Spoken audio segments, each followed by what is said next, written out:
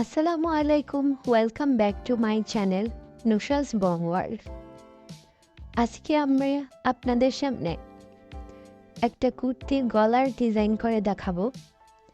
গত ভিডিওতে কুর্তির হাতার ডিজাইন করে দেখিয়েছিলাম।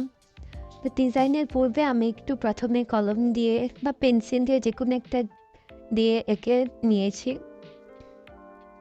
তারপর এখন এটাতে রং দিয়ে কাজ করা শুরু করে দিয়েছি। আপনি এটাতে দুই ধরনের রং ব্যবহার করতে পারেন।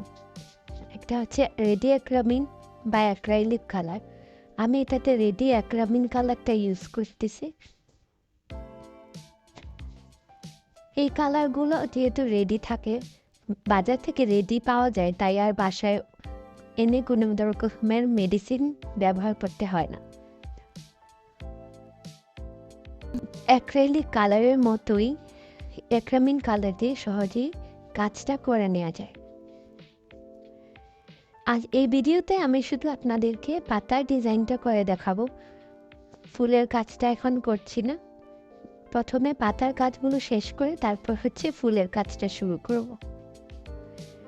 অনেকে হ্যান্ড পেইন্টিং বিষয়টাকে অনেক বেশি কঠিন মনে করে থাকেন। এটা মোটেও কঠিন কিছু না।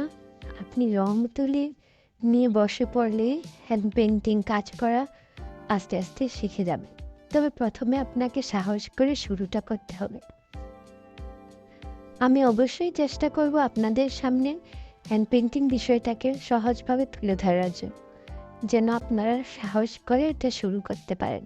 মনের মধ্যে কোনো রকম ভয়ভীতি যেন আপনাদের কাজ না করে। তাই শুরু থেকে শেষ পর্যন্ত আমার ভিডিওর পার্টগুলো আপনাদের দেখতে হবে।